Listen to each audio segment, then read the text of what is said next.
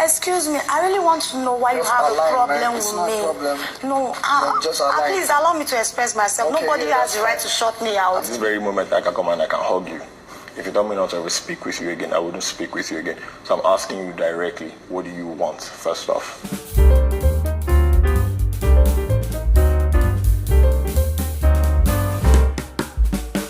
So that is how they've started breathing in each other's air in Biggie's house. I mean, I'm talking about an almost situation of mouth-to-mouth resuscitation.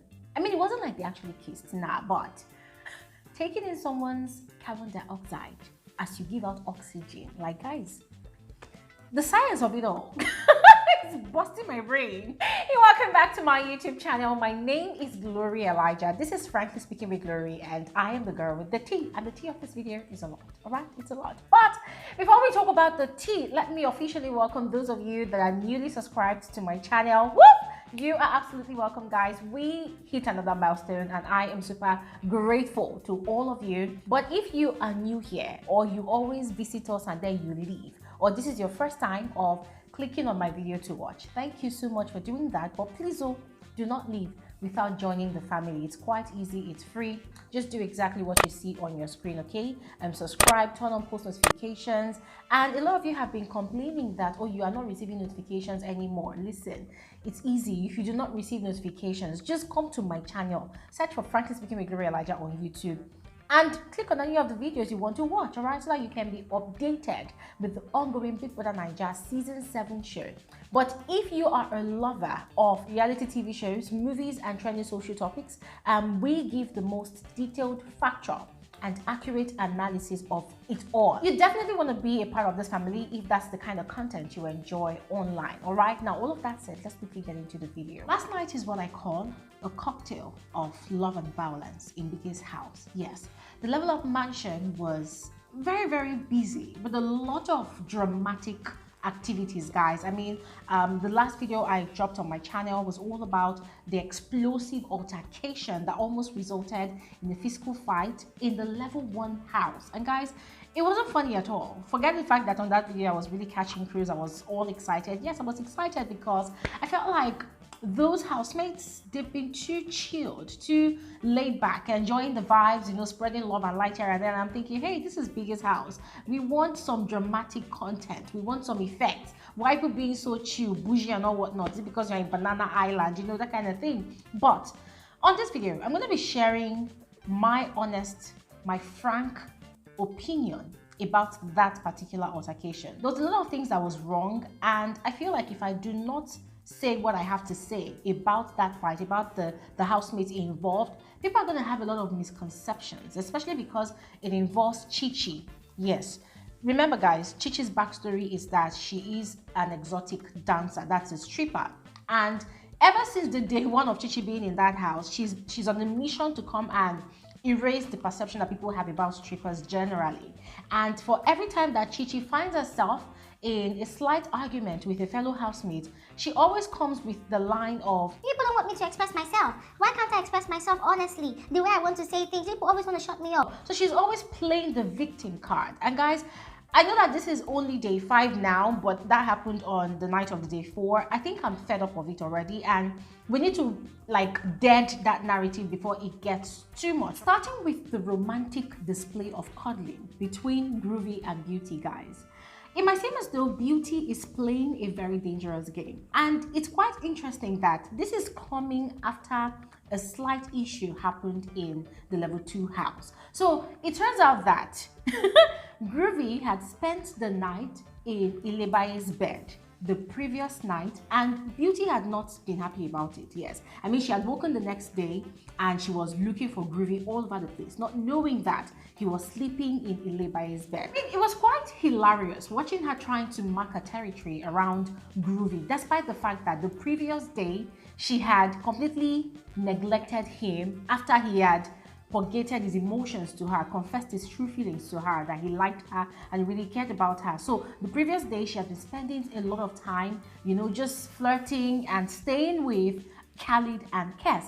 And so the other night, I think on the night of day 3, that Groovy did not spend the night in her bed, she had woken up the next day searching for him around the house. And the other housemates that had noticed what was going on, they were just basically having a good laugh. And so the likes of Amaka decided to take it upon herself to throw in a challenge. Guys, I'm going to be making another video to share all the details about Amaka's plot to scatter the ship that has refused to sail between Beauty and Groovy, because according to Amaka, she does not like what Beauty is doing. If you want to claim the guy, claim the guy. Why are you jumping from one guy in the house to another, not giving space for other ladies in the house, you know, to shoot their shots with those guys? So a lot is actually going on in the level 2 house, and as I said, I'm going to be making another video to share all of those details. But for last night, both of them were caught up in one bed, and they were cuddling, and they were saying a lot of sweet nothings to each other, and they were saying a lot of things as well, which we could not really hear because they were whispering. And now this is a call out to Big Brother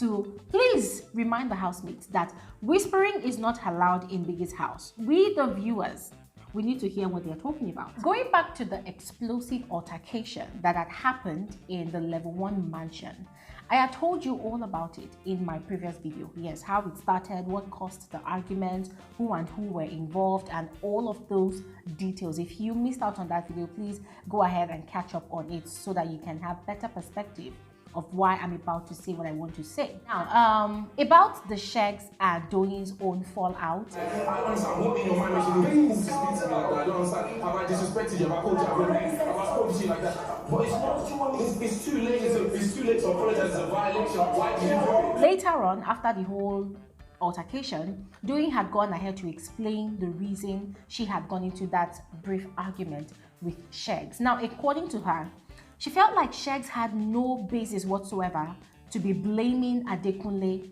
for, you know, for the whole issue with Chi-Chi. And she has a point. Now, according to her, Shegs did not even know what happened. He did not have the complete story. And whilst he was trying to make his point about why Adekunle should not have provoked Chi-Chi, he kept on repeating himself over and over again. Everything was repetitive and it was very, very annoying. Now, Doyin was not the only person that expressed that sentiment. There was also Dotun there, yeah, and Alison, and for the other people as well, they said they actually noticed it and they were wondering why Shegs was even bothering, you know, going over and over and over about it like that. Like, what issues does he have with Adekunle that he felt as though he had a certain kind of beef with Adekunle? Now, guys, if you've been following the show, you agree with me that the perceived beef that even I myself feels like Shegs has with Adekunle is all because of Bella. Now, guys, we all know that Adekunle is interested in Bella.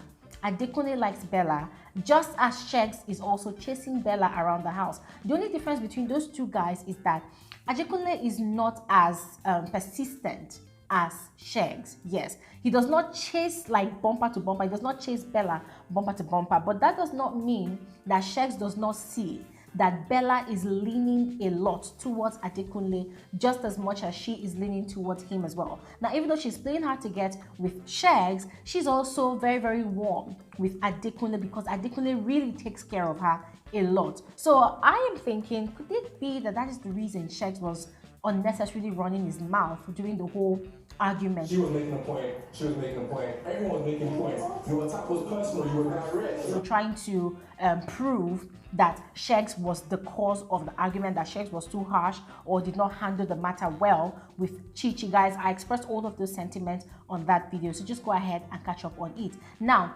for Adekunle and Chi-Chi's actual core issue, after the argument, Chi-Chi was still maintaining her own stance that she did not do anything wrong to Adekunle, that Adekunle actually triggered her into provocation, and it was because of how he overreacted that she had overreacted as well, and then everybody was making it look like, oh, she was the cause of everything. And so she said no, that she was going to go and meet Adekunle that night and ask him, you know, just basically probe to find out if he really had any issues with her at all. Now, she went. Diana went along with her, and Elo Swat, standing in as the head of house, decided to go along as well to stand as the mediator of peace between both of them. Now, Chi-Chi got there, and she came on from the defensive point of view, asking Adekunle, oh, I want to know if you have any issues with me, blah, blah, blah. You have a problem with me. Like I'm asking you. I asked you a question. You don't use a question for questions. No, I don't have a problem. But you do. You are saying something else, but you are acting otherwise. Even though Adekunle kept on telling her that I do not have any issues with you, why would you think I do have an issue with you? Chichi was still very, very insistent that she strongly believed that Adekunle had an issue with her. Otherwise, whilst they were having the argument, he wouldn't have overreacted and he wouldn't have brought up an issue that both of them had had the previous day. Now, referring to the issue that they had the previous day, during one of their normal household conversations, they were arguing about, oh, if a man can actually take care of a child more than the mother of the child. During that conversation, Adekunle was of the opinion that a man can take care of a child just as much as a woman can do the same thing. But most of the ladies in that conversation, they were strongly and vehemently arguing that a man cannot take care of a child the exact way the mother of the child can take care of the child. In the heat of that moment, Chichi had made a direct, should I say, attack?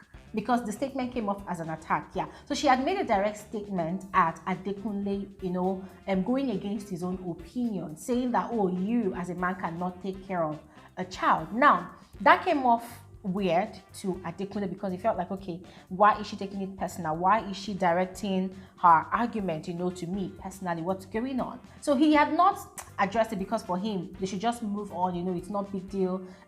It's not that deep. But then during the argument, Chichi, even though she started the argument, unnecessarily, because in my opinion, at the end of the day, Adekunle's team, they came up with a script, and the character in their script could come from any part of Nigeria. Why do they have issues if the person is coming from Benin or from Edo State? It doesn't really make sense. It just felt like Chichi and Diana, they just wanted to argue unnecessarily, right? So at that point in time, during that argument, Chichi had gone ahead to ask, oh, why do you think I always make issues out of anything? Why do you think I always come for you? Why do you think I always attack you with statements? And Adekunle had given that scenario as an example that, oh, like yesterday, this is what happened and this is what you did. Now, Chichi's stance was that you have a problem with me, and it's very obvious.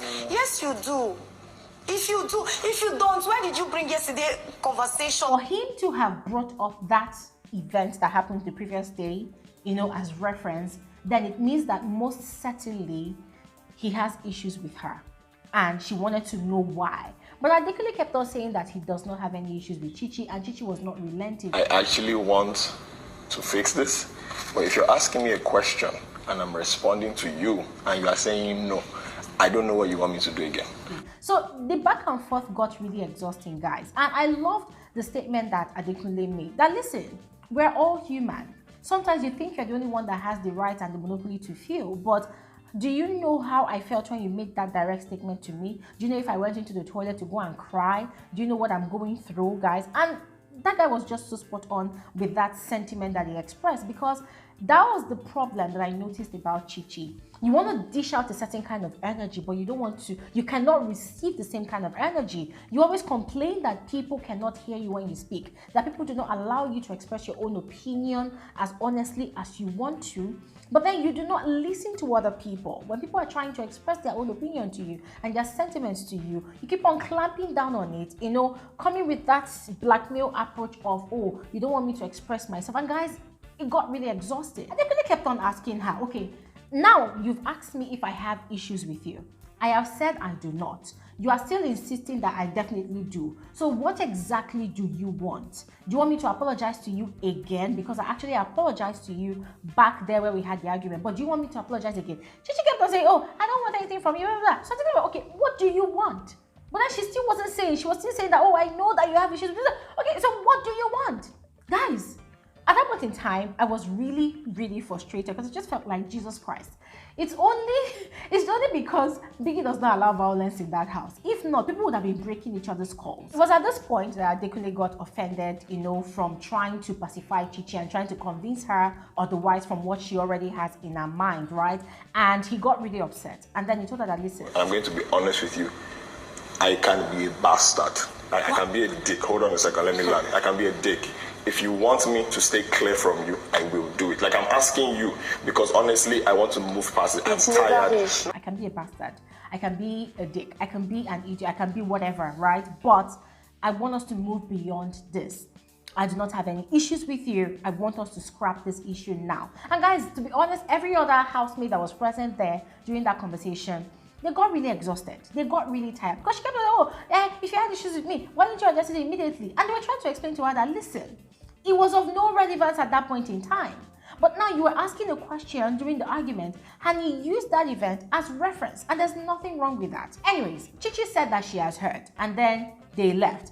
But then the likes of Doi, Allison and Dotun, they were left speechless because they could not wrap their head around how Chichi lacks comprehension. And guys, that's the truth. According to Doi, she has never seen someone like that in her life. According to Allison, she did not even bother herself to explain anything at all to Chichi because she just knew that Chichi lacked comprehension, and it would just end up being both of them going back and forth, back and forth. For Dotun, he has perceived that Chichi is the sort of person that likes dishing out what she cannot take back, and it's very, very unfair.